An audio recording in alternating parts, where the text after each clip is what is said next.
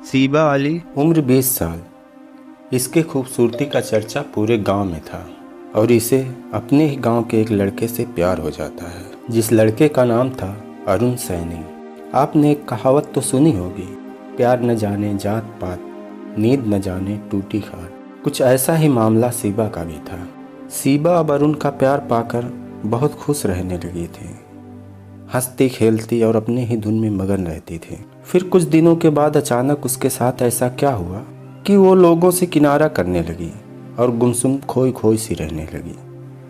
फिर आता है 21 जुलाई 2024 का वो दिन, जिस दिन सीबा अपने घर वालों से बिना कुछ बताए दोपहर के टाइम चुपचाप घर से निकल जाती है और फिर 2 दिनों के बाद नानपारा के जंगल में उसकी लाश मिलती है। जब उसकी लाश मिली तो उसके बदन पर एक भी कपड़ा नहीं था और उससे भी शॉकिंग बात यह है कि उसका सर और उसका बायां हाथ शरीर से गायब था। दोस्तों, जब इस खौफनाक लव स्टोरी को आप पूरा सुनेंगे तो आप दहल जाएंगे और किसी से प्यार करने से पहले आप कई बार सोचेंगे और आपको सोचना भी चाहिए। तो चलिए कहानी को शुरू करते हैं। कहानी को शुरू करने से पहले इस कहानी के कुछ कैरेक्टर से पहले हम आपको रूबरू करा दें। सीबा अली, जिसकी उम्र 20 साल। अरुण सैनी, सीबा का आशिक। कुलदीप, अरुण का दोस्त। सीबा की माँ हसमत अली, सीबा के मामा। अनिल सैनी, अरुण के मामा। दोस्तों, इन दोनों का पिक्चर्स इंटरनेट पर अवेलेबल नहीं है, इसलिए हम आपको नहीं दिखा सकते। तो चलिए शुरू करते हैं इस खौफनाक लव स्टोरी की पूरी कहानी। ये कहानी है उत्तर प्रदेश बहराइच के जामोग गांव की। इस गांव में सीबा और अरुण दोनों अपने मामा के घर पर बचपन से रहते थे और दोनों एक ही स्कूल में पढ़ाई किया करते थे। फिर दोनों के बीच दोस्ती होती है और ये दोस्ती कब प्यार में बदल जाता है किसी को कुछ पता नहीं चलता। और फिर वक्त के साथ साथ इन दोनों का प्यार परवान चढ़ने लगता है।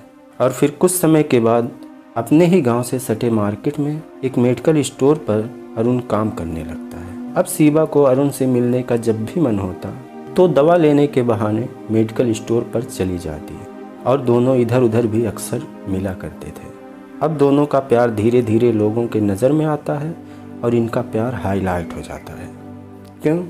क्योंकि ये दोनों अलग अलग धर्म से थे। सीबा एक मुस्लिम लड़की और अरुण एक हिंदू लड़का था। इन दोनों के प्यार का चर्चा पूरे गांव में होने लगा। गांव के साथ साथ इन दोनों के घर वालों को भी इनके प्यार के बारे में पता चलता है। फिर दोनों के घर वाले सीबा के मामा हसमत अली और अरुण के मामा अनिल सैनी दोनों एक दूसरे को समझाते हैं और कहते हैं कि इसमें तुम दोनों का फ्यूचर नहीं है, क्योंकि तुम दोनों अलग अलग धर्म से हो और तुम दोनों की शादी भी नहीं हो सकती है। तो तुम दोनों की भलाई इसी में है कि एक दूसरे को भूल जाओ और एक दूसरे से अलग हो जाओ। अब अरुण के मामा अरुण की शादी अपने ही साली से तय कर देते हैं। अरुण की शादी जिस लड़की से तय होती है, अरुण उससे धीरे धीरे बातें करना शुरू कर देता है और सीबा को इग्नोर करने लगता है।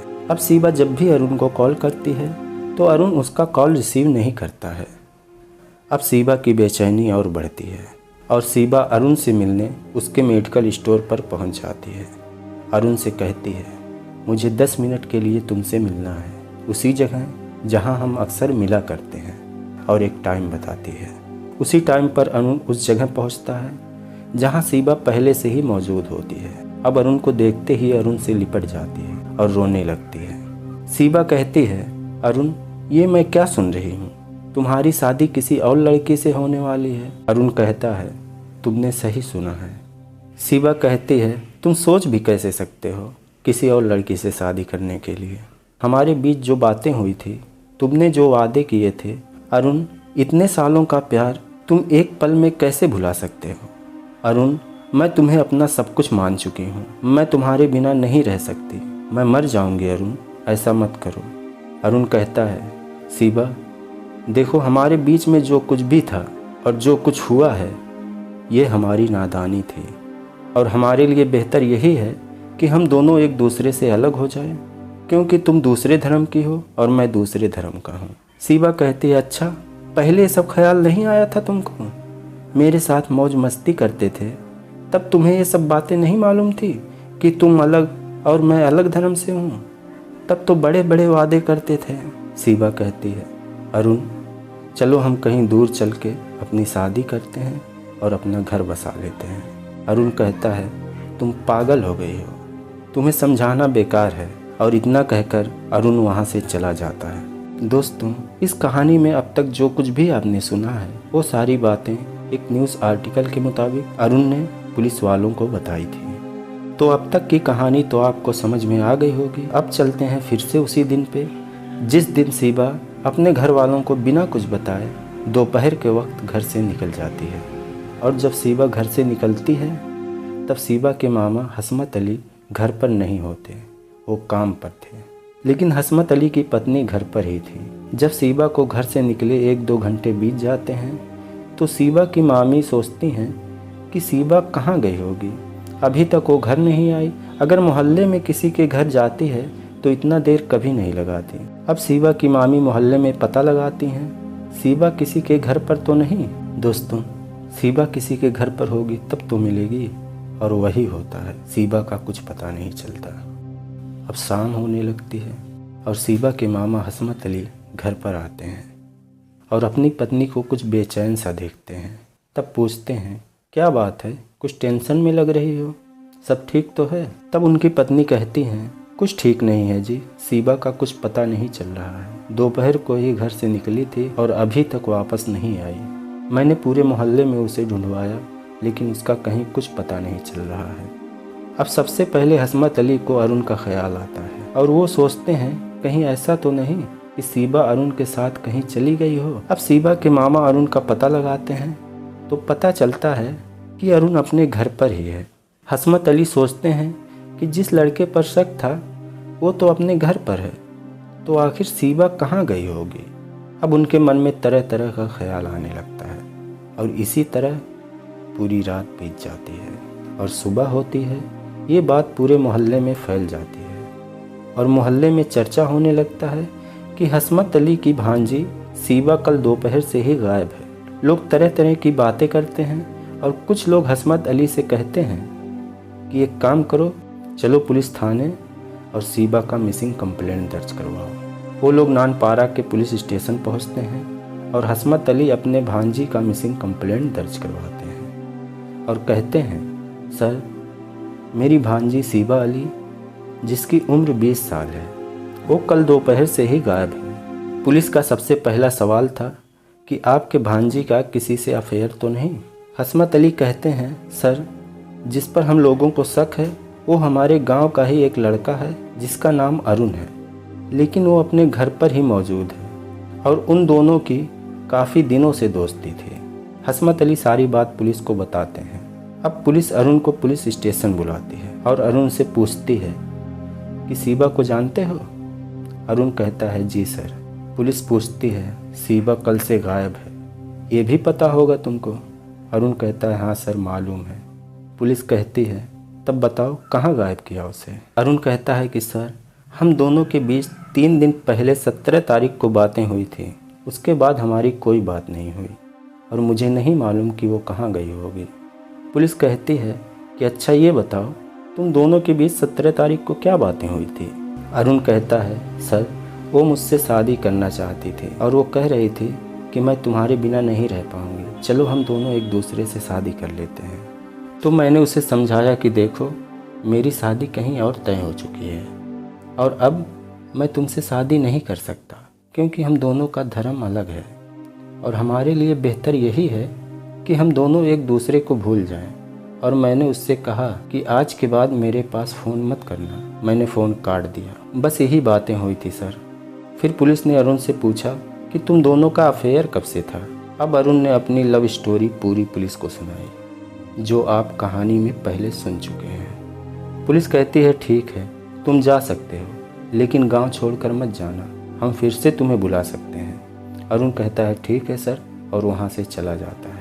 पुलिस अब अरुण और शिवा के कॉल डिटेल निकलवाती है और कॉल डिटेल में पुलिस को ये पता चलती है कि इन दोनों के बीच 17 तारीख से पहले बराबर बातें होती थी।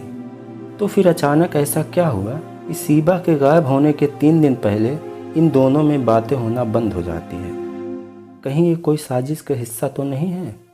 पुलिस ये सब आपस में डिस्कस कर रही थी। तभी पुलिस स्टेशन की घंटी बजती है और कोई बताता है कि सर, यहाँ नानपारा के जंगल में एक लड़की की लाश मिली है जिसका सर और बायां हाथ गायब है और उसके बदन पर भी कोई कपड़ा नहीं है।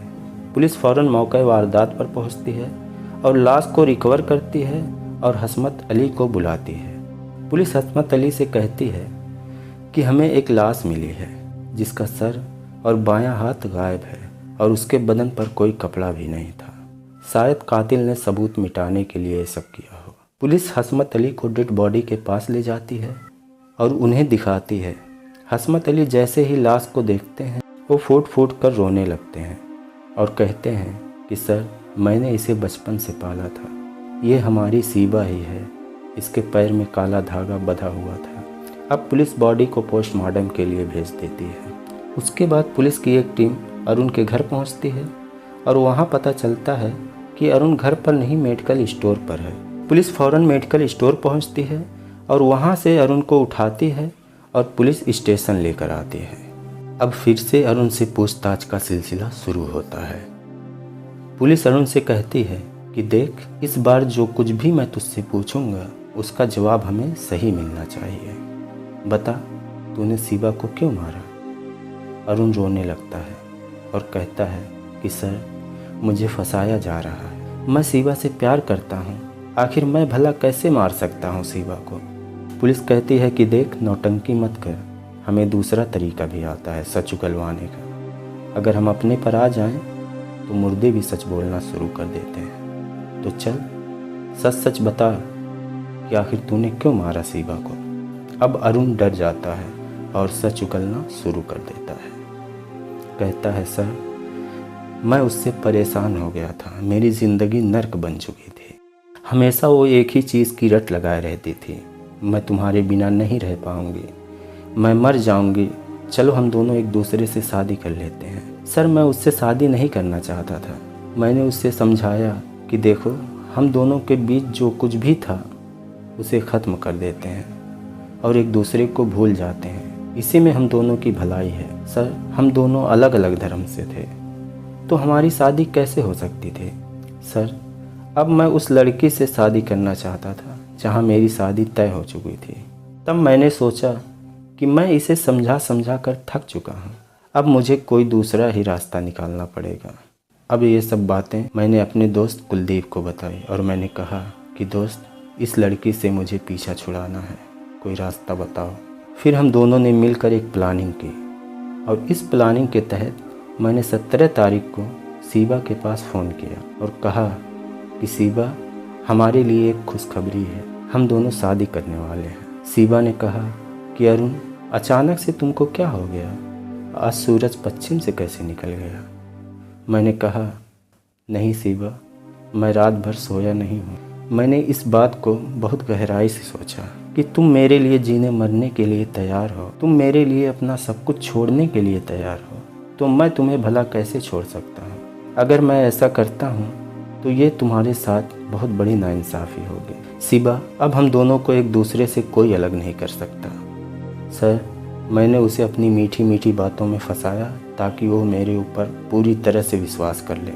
और फिर मैंने कहा कि सीबा, मैंने एक प्लान बनाया है, जानना चाहोगी? उसने कहा कि बताओ। मैंने कहा कि 21 तारीख को दोपहर 2 बजे हम उस जगह पर मिलेंगे और हम दोनों कहीं दूर जाकर अपना घर बसाएंगे। सीबा ने कहा कि अरुण, मुझे विश्वास नहीं हो रहा है, मैं हंसूं या रोऊं कुछ समझ में नहीं आ रहा है। मैंने कहा कि सीबा, हमारी प्लानिंग में एक चीज़ और शामिल है। आज से हम दोनों एक दूसरे से फ़ोन पर कोई बात नहीं करेंगे। 21 तारीख को सीधा हम उसी जगह पर मिलेंगे, तो तुम आओगी ना? सीबा ने कहा, अरुण, इसी बात का तो मुझे बरसों से इंतज़ार था, मैं ज़रूर आऊँगी। मैंने कहा कि सीबा, इस बात की भनक किसी और को नहीं लगनी चाहिए। मैं फ़ोन रखता हूँ, अपना ख्याल रखना। और मैंने फ़ोन काट दिया। अब 21 तारीख को बताए हुए टाइम पर मैं वहाँ गया जहाँ सीबा पहले से ही मौजूद थी। मैंने उसे अपनी बाइक पर बिठाया और नानपारा के जंगल में ले गया जहाँ मेरा दोस्त कुलदीप पहले से मौजूद था। सीबा ने कुलदीप को देखा तो उसने कहा, ये यहाँ क्या कर रहा है और तुम यहाँ क्यों लेकर आए हो मुझे? मैंने कहा कि सीबा, हम कोई शादी नहीं कर रहे हैं, मैं तुम्हें यहाँ समझाने के लिए लेकर आया हूँ। सीबा ने कहा, अरुण, इन 3 दिनों में मैंने क्या क्या सपने देखे थे। तुम विश्वास के लायक नहीं हो, तुम मतलबी इंसान हो। सर, मैंने उसे बहुत समझाने की कोशिश की, फिर वो मुझसे झगड़ने लगती है। फिर मैं अपने दोस्त कुलदीप को इशारा किया। कुलदीप आया और उसका पैर ज़ोर से पकड़ लिया और मैं उसका गला दबाने लगा। गला तब तक दबाया जब तक उसकी जान निकल नहीं गई और वो मुझे हैरत भरी नज़रों से देखती रही। अब हमें सबूत मिटाना था ताकि डेड बॉडी की पहचान ना हो सके। हमने वहाँ पहले से ही चाकू छुपा कर रखा था। हमने पहले उसके कपड़े उतारे, फिर उसका गला काटा और फिर बायां हाथ काटा। बायां हाथ इसलिए काटा, उसके हाथ पर टैटू बना था जिससे उसकी पहचान हो सकती थी। पुलिस ने कहा कि तुझे ये नहीं मालूम था कि अगर मैं पकड़ा गया तो मेरा क्या अंजाम होगा। खैर, दोनों के खिलाफ चार्जशीट फाइल हो गई है। अब देखिए इन दोनों को क्या सज़ा मिलती है। तो दोस्तों, इन दोनों को क्या सज़ा मिलनी चाहिए, कमेंट बॉक्स में ज़रूर बताइए। ये शव 23 जुलाई को बरामद हुआ था और हत्या 21 जुलाई को की गई। दोस्तों, अगर हमारी मेहनत आपको पसंद आई हो तो प्लीज़ वीडियो को लाइक कर दें और चैनल को सब्सक्राइब करके बेल आइकन प्रेस कर दें ताकि हम कोई भी नई वीडियो अपलोड करें तो उसका नोटिफिकेशन आपको आसानी से मिल जाए। हम आपसे विदा लेते हैं, फिर मिलेंगे ऐसे ही किसी क्राइम की कहानी के साथ। तब तक सतर्क रहें, अपना और अपने प्यारों का ख्याल रखें। जय हिंद।